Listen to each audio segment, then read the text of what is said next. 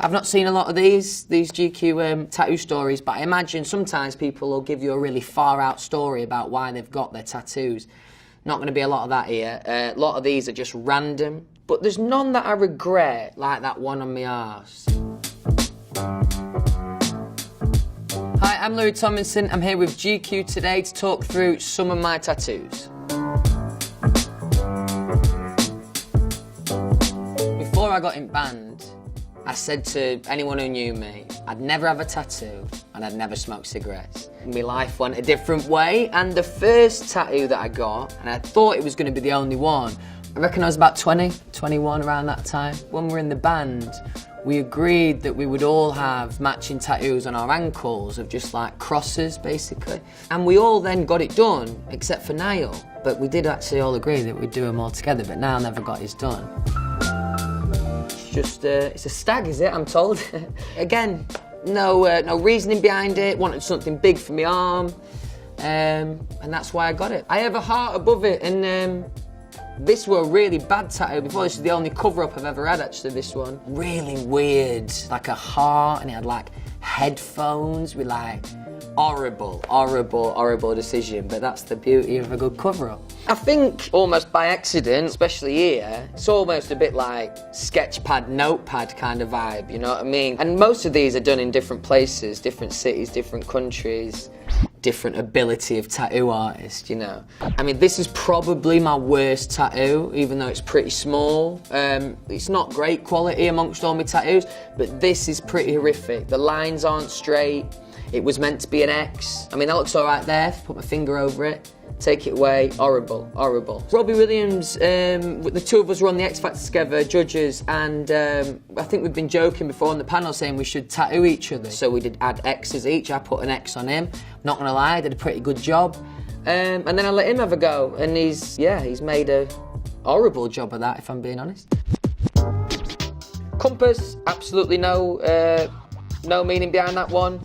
Had it done in LA. This is one of the better ones, to be fair. If you turn it this way, it goes 3D.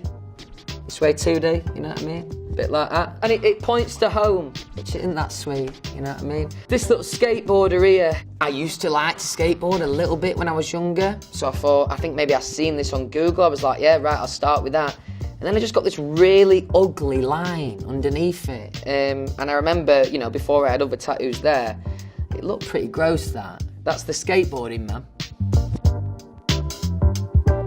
I ain't got a tattoo myself in like maybe 2 years now, except for I've got a really comical penguin on my arse, which I won't be showing you. Just at times, I'm not gonna lie, I can't help but be a bit of a show off. That was one of them moments. This will be funny, watch this. And then I have to live with it. This bird here, in terms of like style and like art and that, this guy did a great job. And this was one of the only tattoo shops that I've been into that there's a vibe, isn't there? You know what I mean? They're moody, like unapproachable, and I'm like, right, okay, I'm in a proper place here. I walk in and I thought, right, okay, I'll be proper organised. I'll show up guy. I was like, right, this is exactly what I want. And it was a picture of this guy's arm. And I was like, this guy is sick. I want this. He starts chuckling, this guy. I'm like, oh, this is a bit embarrassing. Like, what's he laughing at? Goes and gets his mate from behind wherever, and that's him, his mate. It's his mate's arm, and I've just been like saying, this guy's so cool, like I proper want this, and you know, I just sold myself out for this guy and his cool tattoo. Fuck, I swear to God, I have not looked at this tattoo, because it's blended in underneath me rope a little bit. I literally have not looked at these for years. What are they? Couldn't tell you. I barely even remember having it, never mind why. I'm looking at these little birds now as well and thinking, again, I don't fucking know what tattoos I've got.